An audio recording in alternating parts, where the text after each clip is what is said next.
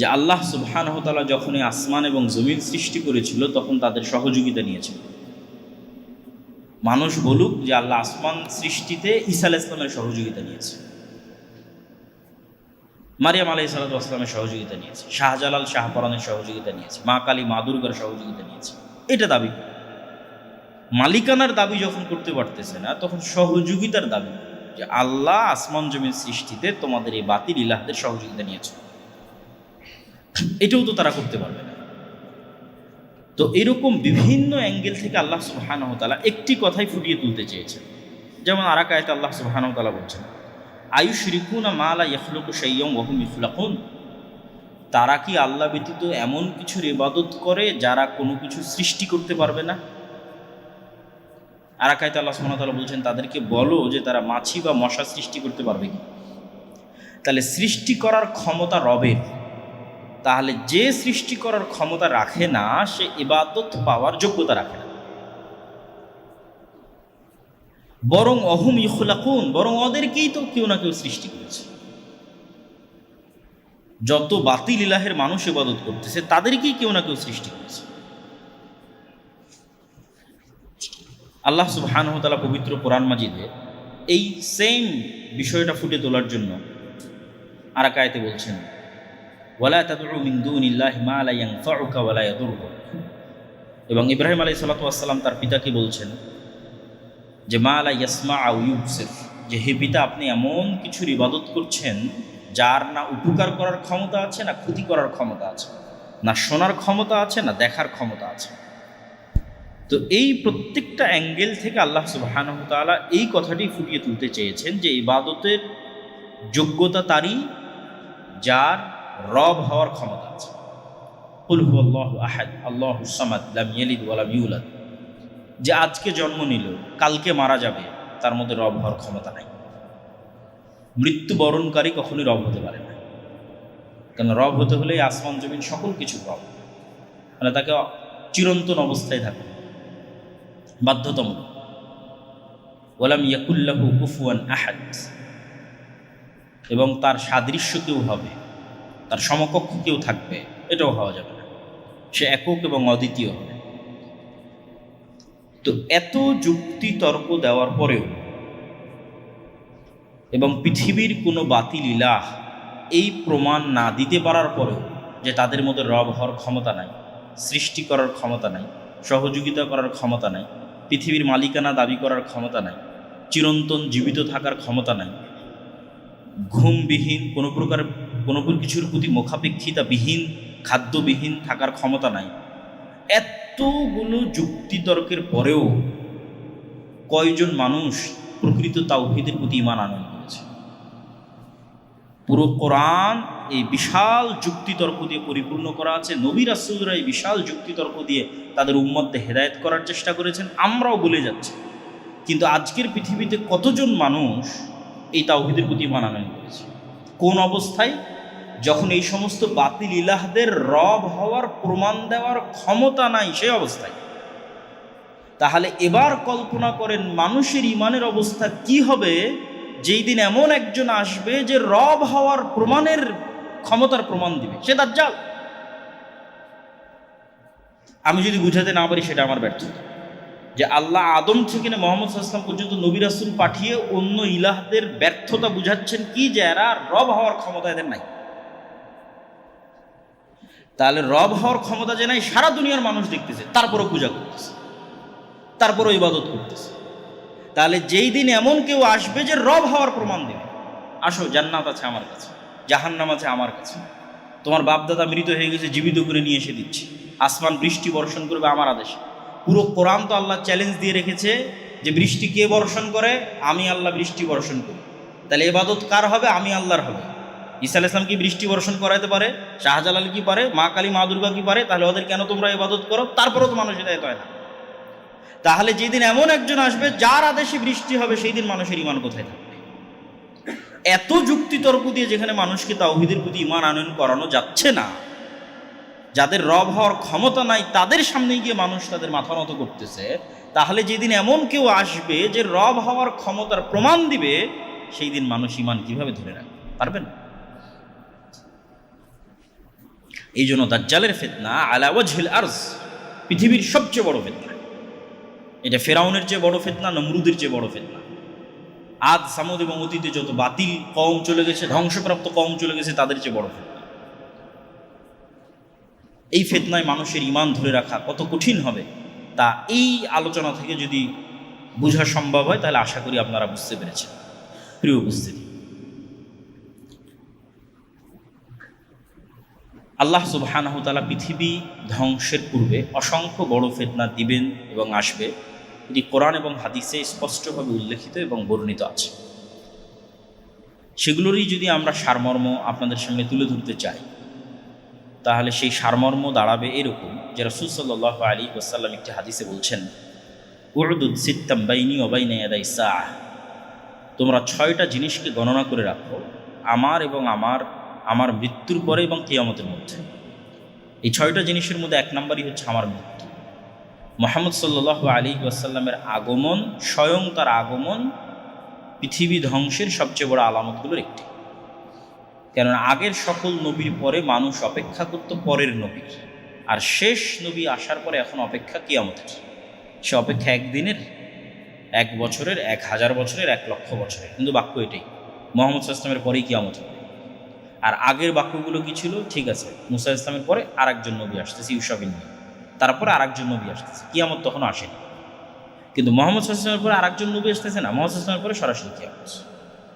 তাহলে কিয়ামতের সবচেয়ে বড় আলামত পৃথিবীতে চলে এসেছে, 1400 বছর পার হয়ে গেছে।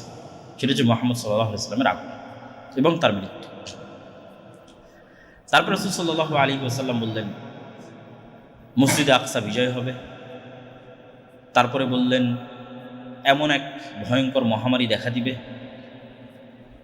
গরু, ছাগল, মুরগির পালে মহামারী দেখা দিলে যেমন একটাও বাঁচে না, মানুষের অবস্থা সেরকম।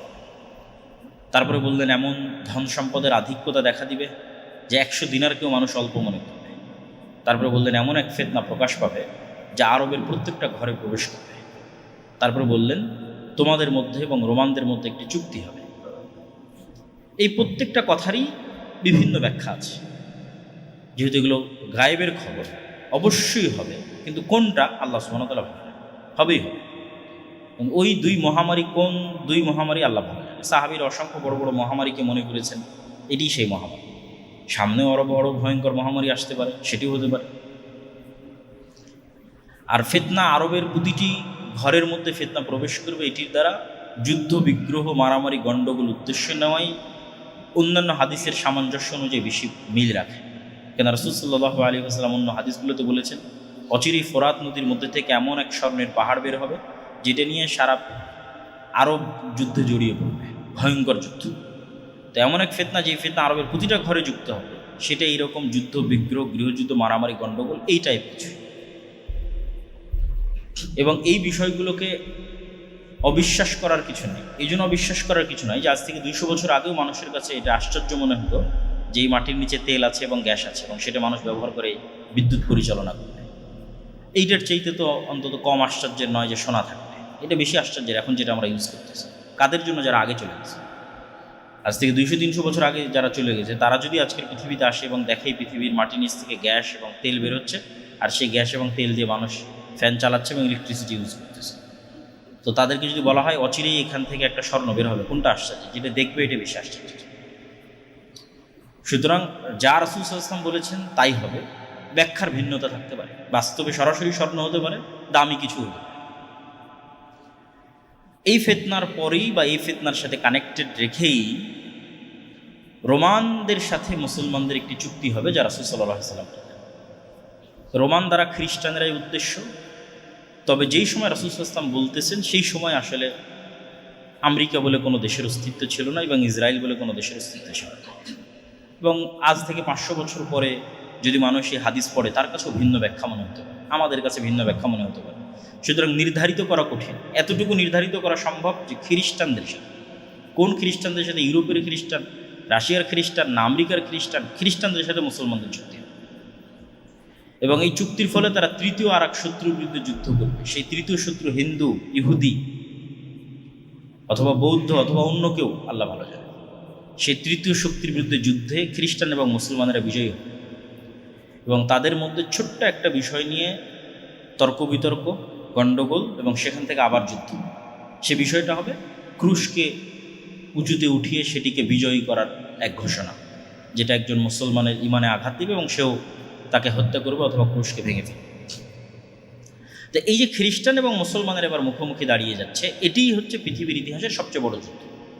অতীতে যা যুদ্ধ হয়েছে সেগুলো এর মতো নয়, আরও ভবিষ্যতে যা যুদ্ধ হবে সেগুলো এর মতো নয়, এবং ওই ঘটনার পরে আরও যা যুদ্ধ হবে সেগুলো এর মতো। এটা পৃথিবীর ইতিহাসের সবচেয়ে বড় যুদ্ধ, যেটাকে বলা হয়েছে মালহামা, অথবা যেটা বাইবেল এবং অন্যান্য গ্রন্থে আর্মাগেড্ডন নামে উল্লেখিত আছে। এই যুদ্ধটা মূলত হবে মুসলমান এবং খ্রিস্টানদের মধ্যে, এবং এই যুদ্ধটা হবে তুরস্ক এবং সিরিয়ার সীমান্তবর্তী অঞ্চল। তো এই ভয়ঙ্কর যুদ্ধের বর্ণনা দিতে গিয়ে রাসূলুল্লাহ সাল্লাল্লাহু আলাইহি ওয়াসাল্লাম বলেছেন যে এই ভয়ঙ্কর যুদ্ধ কিছু বর্ণনায় আছে 4 দিন, কিছু 5 দিন, কিছু 6 দিন, এবং এই ভয়ঙ্কর যুদ্ধে এত বেশি মানুষ মারা যাবে যে 1 মাস যদি একটা পাখি আকাশে উড়ে তবুও লাশের সারি শেষ করতে পারবে না, এবং মানুষ গনিমতের মাল পেয়ে খুশি হবে না এই জন্য যে ওয়ারিস নাই। 100 জন যদি একটা বংশে থাকে, 99 জনই মারা গেছে, তাহলে ওয়ারিস কে হবে? ওয়ারিস তো নাই। সুতরাং কি নিয়ে সে আনন্দ হবে? কার সাথে জিনিস ভাগ বাটোয়ারা করবে? এই জন্য গনিমতের মাল পেয়েও সন্তুষ্ট হবে না, খুশি হবে না। এত ভয়ঙ্কর যুদ্ধ। এই যুদ্ধের কথা বলতে গিয়ে রাসূলুল্লাহ সাল্লাল্লাহু আলাইহি সাল্লাম বলেছেন, মদিনা থেকে তৎকালীন বিশ্বের সবচেয়ে আল্লাহওয়ালা, তাকওয়াবান, পরহেজগার, সর্বশ্রেষ্ঠ মানুষরা বেরিয়ে আসবে এই যুদ্ধে অংশগ্রহণ করার জন্য, এবং তারা তাদের শাম, সিরিয়ার ভাইদের সাথে কাঁধে কাঁধ মিলিয়ে এই যুদ্ধে অংশগ্রহণ করবে। এই যুদ্ধের কথা বলতে গিয়ে রাসূলুল্লাহ সাল্লাল্লাহু আলাইহি ওয়াসাল্লাম আরও যেটি বলেছেন যে এই যুদ্ধের শেষে মুসলমানেরা বিজয়ী হবে, এবং বিজয়ী হওয়ার পরেই তারা কুস্তুনতুনিয়া বিজয় করবে। কুস্তুনতুনিয়া হচ্ছে আজকের তুরস্কের ইস্তাম্বুল, এবং যখন রাসূল সাল্লাল্লাহু আলাইহি ওয়াসাল্লাম এই হাদিস বলতেছেন তখন কুস্তুনতুনিয়া বাইজেন্টাইন এম্পায়ারের রাজধানী, এবং সুলতান মুহাম্মদ আল ফাতেহের পূর্ব পর্যন্ত প্রায় 700-800 বছর মুসলমানেরা লাগাতার চেষ্টা করেছে এই কুস্তুনতুনিয়া বিজয় করার জন্য, কিন্তু তারা কুস্তুনতুনিয়া বিজয় করতে পারে।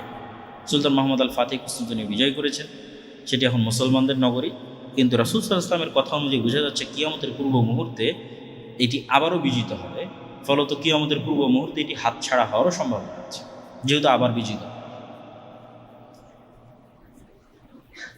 এবং এই কুস্তুনতুনিয়া বিজয়ের কথা রাসূল সাল্লাল্লাহু আলাইহি ওয়াসাল্লাম আর এক হাদিসে এভাবে উল্লেখ করছেন যে লা তাকুমুস সাআহ, ততদিন পর্যন্ত কিয়ামত হবে না যতদিন না ইসহাক আলাইহিস সালাতু ওয়াস সালামের বংশের 70,000 মানুষ এমন এক শহরে যুদ্ধ না করে যেই শহরের এক পাশে সমুদ্র এবং আর এক পাশে সমুদ্র, জানিবুহাল বার ও জানিবুহাল বাহার, এক পাশে সমুদ্র আর এক পাশে সমুদ্র, ইসহাক আলাইহিস সালাতু ওয়াস সালামের বংশের। এই হাদিস থেকে বোঝা যায় যে আসলে ইসহাক আলাইহিস সালাতু ওয়াস সালামের বংশের আর কেউ এখন ইহুদি নাই। ইসহাক আলাইহিস সালাতু ওয়াস সালামের বংশের সবাই মুসলমান হয়ে গেছে। ফলত আজকের যারা নিজেদেরকে ইহুদি দাবি করতেছে তারা রক্তগতভাবে ইব্রাহিম আলাইহিস সালাতু ওয়াস সালামের সাথে কানেক্টেড নয়, এবং এটা জেনেটিক্যালিও প্রুফ করা সম্ভব। কীভাবে? ইব্রাহিম আলাইহিস সালাতু ওয়াস সালাম হচ্ছেন সেমিটিক, সাম, এবং ইব্রাহিম আলাইহিস সালামের 2 ছেলে ইসহাক এবং ইসমাইল, তারাও হচ্ছে নূহ আলাইহিস সালাতু ওয়াস সালামের সন্তান, সামের বংশধর। ফলত তাদের গায়ের রং আজকের আরব এবং আজকের ফিলিস্তিনের যে গায়ের রং, সেই গায়ের রং হচ্ছে তাদের গায়ের। তাহলে যারা নিজেকে ইব্রাহিম আলাইহিস সালাতু ওয়াস সালামের সন্তান দাবি করবে তাদের গায়ের রঙের সাথে গায়ের রঙে মিল থাকবে। ইউরোপের সাদা চামড়া, যেটা ইয়াফেস, নূহ আলাইহিস সালাতু ওয়াস সালামের বংশধর ইয়াফেসের গায়ের রঙের সাথে মিলে, সেই সাদা চামড়ার কেউ সে দাবি করবে যে আমি ইব্রাহিমের সন্তান, এটা জেনেটিক্যালি মিলে না। এবং এটার উপর অনেক লম্বা আলোচনা আছে এবং ঐতিহাসিকভাবে প্রমাণ করা আছে যে আজকের ইহুদিরা কোনোভাবেই ইব্রাহিম আলাইহিস সালাতু ওয়াস সালামের বংশধর নয়। আর এই হাদিসে রাসূল স্পষ্ট করে দিয়েছেন ইসহাক আলাইহিস সালাতু ওয়াস সালামের বংশের 70,000 মানুষ আল্লাহ সুবহানাহু ওয়া তাআলার রাস্তায় যুদ্ধ করবে এমন এক শহরে, যে শহরের এক পাশে সমুদ্র এবং এক পাশে সমতল, এবং এই শহর কোনো অস্ত্র দিয়ে বিজয় হবে না। এই শহর বিজয় হবে মুজাহিদদের মুখের ধ্বনিতে, আল্লাহু আকবার, লা ইলাহা ইল্লাল্লাহ, এই আওয়াজে দেওয়াল পড়ে যাবে এবং বিজয় হবে। তো ব্যাখ্যাকারগণ এই শহরকে অধিকাংশই লিখেছেন যে এই শহর হচ্ছে ইস্তাম্বুল, যেটা ওই যে যুদ্ধ হচ্ছে ভয়ঙ্কর যুদ্ধ, ওই যুদ্ধের পরে বিজয় হবে। আবার কেউ কেউ লিখেছেন এই শহর হচ্ছে ইতালির রাজধানী রোম, কেননা কিছু কিছু হাদিসে, যদিও ওই হাদিসগুলো জয়ীফ, কিছু কিছু হাদিসে রোম শব্দটা আছে। রাসূল সাল্লাল্লাহু আলাইহি ওয়াসাল্লামকে জিজ্ঞেস করা হচ্ছে, এটা জয়ীফ হাদিস, যে আল্লাহ নবী মুসলমানের আগে কুস্তুনতুনিয়া বিজয় করবেন, আগে রোম বিজয় করবেন। তো দুটি ব্যাখ্যাই হতে পারে, আল্লাহু আলাম। কেন হতে পারে সেটাও বলি, যে এই যুদ্ধে খ্রিস্টানেরা যেহেতু তাদের সর্বোচ্চ শক্তির সমাবেশ ঘটাবে, যা পৃথিবীর ইতিহাসের সবচেয়ে বড় যুদ্ধ হবে, এবং রাসূল সাল্লাল্লাহু আলাইহি ওয়াসাল্লামের বলা ভাষা অনুযায়ী প্রায় 10 লক্ষ সেনাবাহিনী এই যুদ্ধে অংশগ্রহণ করবে, একদম পদাতিক মাঠে উপস্থিত থাকবে 10 লক্ষ। তাহলে এত বিশাল সৈন্য সমাবেশ করার পরে যখন খ্রিস্টানরা পরাজিত হয়ে যাবে, তখন মুসলমানদেরকে বাধা দিবে এরকম কোনো শক্তি পৃথিবীতে থাকবেই না। কেননা সবচেয়ে বড় যুদ্ধ তো হয়ে গেছে, যেই যুদ্ধে খ্রিস্টানরা তাদের সবচেয়ে বেশি শক্তির বহিঃপ্রকাশ ঘটিয়েছে, সেই যুদ্ধে তাদের পরাজয় হয়েছে। ফলত এখন সামনে বাধা দানকারের কেউ নেই, এখন শুধু বিজয় আর বিজয়। সেই বিজয় ইস্তাম্বুল হতে পারে, সেই বিজয় ইতালির রাজধানী রোম হতে পারে, সেই বিজয় পুরো ইউরোপ হতে পারে। এবং এগুলো ঈসা আলাইহিস সালাম আসার পূর্বেই, দাজ্জাল আসার পূর্বেই। এই জন্য অনেক মানুষ যারা শুধু এই হতাশাতেই থাকে যে আর কিচ্ছু হবে না, যেই দিন ইমাম মাহদি আসবে সেই দিন হবে, যেই দিন ঈসা আলাইহিস সালাম আসবে সেই দিন হবে। কিন্তু হাদিসের কনটেক্সট বলতেছে যে দাজ্জাল আসার পূর্বেই, ঈসা আলাইহিস সালাম আসার পূর্বেই মুসলমানরা সারা পৃথিবী বিজয় করে। আমার এবং আপনার মতো সাধারণ মানুষরা, নতুন কোনো নবী ছাড়া, নতুন কোনো কোরআন ছাড়া এবং নতুন কোনো হাদিস ছাড়া, নতুন কোনো নবী ছাড়া, নতুন কোনো নবীর সহচর্য ছাড়া, নতুন কোনো নবীর সোহবত ছাড়া, নতুন কোনো কোরআনের সোহবত ছাড়া, সহচর্য ছাড়া, নতুন কোনো হাদিসের সহচর্য ছাড়া, যেই কোরআন এবং যেই হাদিস আমাদের কাছে আছে, এই কোরআন এই হাদিস, এবং যেমন আমাদের মাঝে কোনো নবী নাই, এরকম কোনো নবীবিহীন অবস্থাতেই আমাদের মতো সাধারণ মানুষরা সারা পৃথিবী বিজয় করে এই কোরআন দিয়ে হাদিস। এই জন্য কাজের অনেক কিছু আছে। আপনি শুধু শেষ জামানার বিষয় নিয়ে আলোচনা করবেন আর সেগুলো নির্ধারণ করতে থাকবেন, কিন্তু ওগুলোর চেয়ে বড় জিনিস তো আপনার কাছে আছে, সেটা কোরআন এবং হাদিস। এটা থেকেই তো এত বড় বিজয় হবে। তাহলে ওই কোরআন এবং হাদিসের উপর আমল করাই তো কাজ। এটা সব শেষে আরো একবার এই কথাটা। তো এই ঘটনার পরে যখন মুসলমানদের বিজয় অভিযান আর থামছে না, চলছেই, তখন এটাকে থামানোর জন্য শয়তান আড়াল থেকে বলবে দাজ্জাল তোমাদের বাড়ি ঘরে প্রবেশ করে গেছে, এবং এটা হবে পৃথিবীর ইতিহাসের সবচেয়ে বড় শকিং নিউজ। এত বড় শকিং নিউজ পাওয়ার কারণে আর বিজয় অভিযান পরিচালনা না করে সবাই রিটার্ন ব্যাক করবে শামে, দামেস্কে, ফিলিস্তিনে, যে আসলেই দাজ্জাল আমাদের বাড়ি ঘরে ঢুকে গেছে কিন্তু এটা মিথ্যা নিউজ। তখনও দাজ্জাল বের হয়। তারপরে যখন তারা ফিরে আসবে ততক্ষণে দাজ্জাল সত্যি বের হয়ে যাবে, এবং দাজ্জাল যখন বের হয়ে যাবে তখন এক নিমিষে, এক মিনিটে যেই মুসলমানেরা 10 লক্ষ বাহিনীর একটা বাহিনীকে পরাজয় করে কুস্তুনতুনিয়া, ইতালি, ইউরোপ, জেরুজালেম, ভারত সব বিজয় কমপ্লিট করে ফেলেছে, সেই মুজাহিদ বাহিনী দেখবে যে এক নিমিষে তাদের ক্ষমতা জিরো, তাদের পাওয়ার জিরো। কেননা দাজ্জাল যখন আসবে সে এক্সট্রা অর্ডিনারি অলৌকিক ক্ষমতা নিয়ে আসবে, এবং সে এক্সট্রা অর্ডিনারি অলৌকিক ক্ষমতার সামনে তারা বেবাস, লাচার, কোনো ক্ষমতা, কোনো পাওয়ার তাদের থাকবে না। কেমন অসহায় তারা হয়ে যাবে। যে রাসূল সাল্লাল্লাহু আলাইহি ওয়াসাল্লাম বলছেন যে দাজ্জাল ইরাক এবং শামের মধ্যবর্তী এক শহরের মধ্যে দিয়ে অতিক্রম করবে, তো কোনো এক শহরে গিয়ে বলবে তোমরা আমার প্রতি ঈমান আনয়ন করো, তো সেই শহরের মানুষ তার প্রতি ঈমান আনয়ন করবে। তখন ধন সম্পদ ওই শহরের মানুষের পিছনে এমনভাবে ছুটবে যেভাবে মৌমাছির চাকের সাথে লেগে থাকে। তারপরে আর এক শহরে গিয়ে দাজ্জাল বলবে তোমরা আমার প্রতি ঈমান আনয়ন করো। সম্ভাব্য ওই শহর দামেস্ক, শামের কোনো নগরী যেখানে মুসলমান এবং মুজাহিদরা বসবাস করতেছে।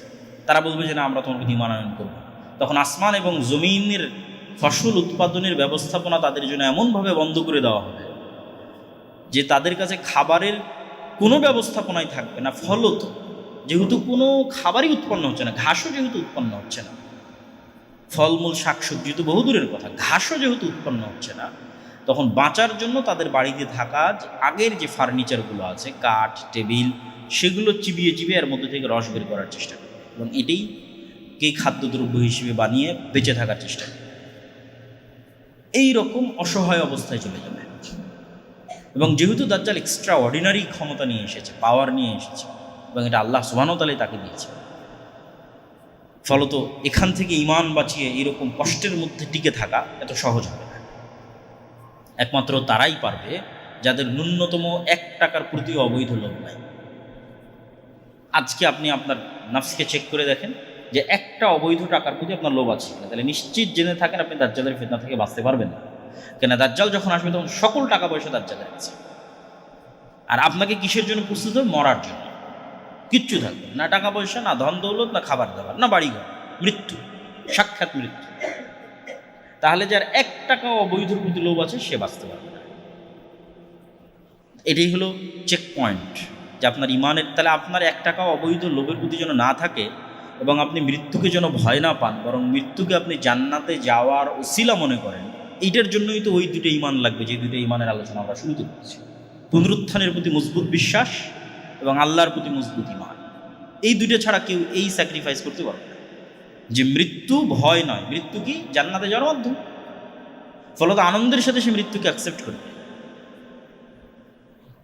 এবং দাজ্জালের যেটা জাহান্নাম হবে সেটার মধ্যে ঢুকে যাবে, আর দাজ্জালের যেটা জান্নাত হবে সেটাকে ধোঁকা মনে করবে। এই লেভেলের ইমান সে কোথায় থেকে অর্জন করবে? এই লেভেলের ইমান ছিল আসহাবুল উখদুদের ইমান, আসহাবে কাহাফের ইমান। আসহাবে কাহাফ তাদের ইমান বাঁচানোর জন্য সারা পৃথিবী থেকে ডিসকানেক্টেড হয়ে গেছে, যে আমরা ইমান বিক্রি করবো না, কিন্তু সারা পৃথিবী থেকেই ডিসকানেক্টেড, আলাদা গুহায় গিয়ে আশ্রয় নিয়েছে। এই জন্য বলা হয়েছে দাজ্জালের ফিতনা থেকে বাঁচতে চাইলে সূরা কাহাফ বা সূরা কাহাফের প্রথম 10 আয়াত, এখানে সূরা কাহাফের মধ্যে অনেক শিক্ষণীয় লার্নিংস, টিচিংস আছে এবং কোরআনের সবচেয়ে ব্যতিক্রম 4-4টা ঘটনা সূরা কাহাফের মধ্যে উল্লেখ করা আছে। এত ব্যতিক্রম কোরআনে যত ঘটনা উল্লেখ করা আছে তার মধ্যে সবচেয়ে ব্যতিক্রম ঘটনা হলো এগুলো। যেমন জুলকারনাইনের সাথে ইয়াজুজ মাজুজের সাক্ষাৎ, যেই ইয়াজুজ মাজুজ আবার পৃথিবীতে আসবে, এটা একটা ব্যতিক্রম ঘটনা। জুলকারনাইন কোথায় গেল, কোথায় ইয়াজুজ মাজুজকে পেল, আর কোথায় তাদেরকে আড়াল করে রাখল। তারপরে আসহাবে কাহাফের ঘটনা, তারপরে হচ্ছে খিজির আলাইহিস সালাতু ওয়াস সালামের সাথে মুসা আলাইহিস সালামের সাক্ষাতের ঘটনা। এটা আরও আশ্চর্য যে মুসা আলাইহিস সালাম দাবি করছে তিনি সবচেয়ে জ্ঞানী, আল্লাহ বলছে না আমার আরও একজন জ্ঞানী বান্দা আছে। কোথায়? আল্লাহ কোনো শহর বলে না, গ্রাম বলে না, লোকেশন এক্সাক্ট বলে না, বলে মাছ নাও, সমুদ্রের ধার দিয়ে হাঁটতে থাকো, যেখানে জীবিত মরা মাছ জীবিত হয়ে যাবে সেখানে পাবো। এবং মরা মাছ যেখানে জীবিত হয়ে যাচ্ছে সেখানে যখন তাকে পাওয়া যাচ্ছে, তখন যে 3টা ঘটনা ঘটতেছে, এগুলো পৃথিবীর ফিজিক্স অনুযায়ী অসম্ভব। যে একটা বাচ্চা ভবিষ্যতে তার বাপ মাকে হত্যা করবে, তাই আমি অতীতে তাকে হত্যা করতেছি, টাইমকে নিয়ে যেই খেলা, এই পৃথিবীতে শুধু সায়েন্স ফিকশনের মধ্যেই সম্ভব, বাস্তবে সম্ভব নয়। কিন্তু এটা খিজির আলাইহিস সালাম বাস্তবে করতেছে, ভবিষ্যতে যা ঘটবে তা দেখে এসে অতীতে সেটার সমাধান বের করতেছে। এরকম অসংখ্য আশ্চর্য ঘটনা এই সূরা কাহাফের মধ্যে উল্লেখ করা আছে, যেগুলো হয়তো মানুষ যখন দাজ্জাল বের হয়ে যাবে তখন হয়তো এই ঘটনাগুলোর সঠিক অর্থ বুঝতে পারবে, যে ঘটনাগুলো কী ছিল এবং কীভাবে ঘটেছে। সূরা কাহাফের মধ্যে আরেকটা যেটা মানুষের কাছে মনে হবে না আশ্চর্যের, কিন্তু আসলে এগুলোর চেয়ে আশ্চর্য, সেটা হচ্ছে 2 ভাই বা 2 বন্ধু, তাদের 2টা বাগান ছিল। একজন বাগানের মধ্যে ঢুকে বলল, আল্লাহ সুবহানাহু ওয়া তাআলা কোরআন মাজিদে বলতেছেন যে সে বাগানের মধ্যে ঢুকে বলতেছে, ওমা আযুন্নু সাআতা কায়িমা, আমি মনে করি না যে কোনোদিন কিয়ামত হবে, কোনোদিন কিয়ামত হতে পারে এটাই মনে করি না, কিয়ামতকে অস্বীকার করতেছে। তখন তার আরেক বন্ধু তাকে বলতেছে, আকাফারতা বিল্লাযী খালাকাকা মিন তুরাবিন সুম্মা মিন নুতফাতিন সুম্মা সাওয়াকা রাজুলা, তুমি কি ওই আল্লাহকে অস্বীকার করতেছো যে তোমাকে সৃষ্টি করেছে মাটি থেকে, তারপরে শুক্রকীট থেকে, তারপরে তোমাকে মানুষ বানিয়েছে। লাকিন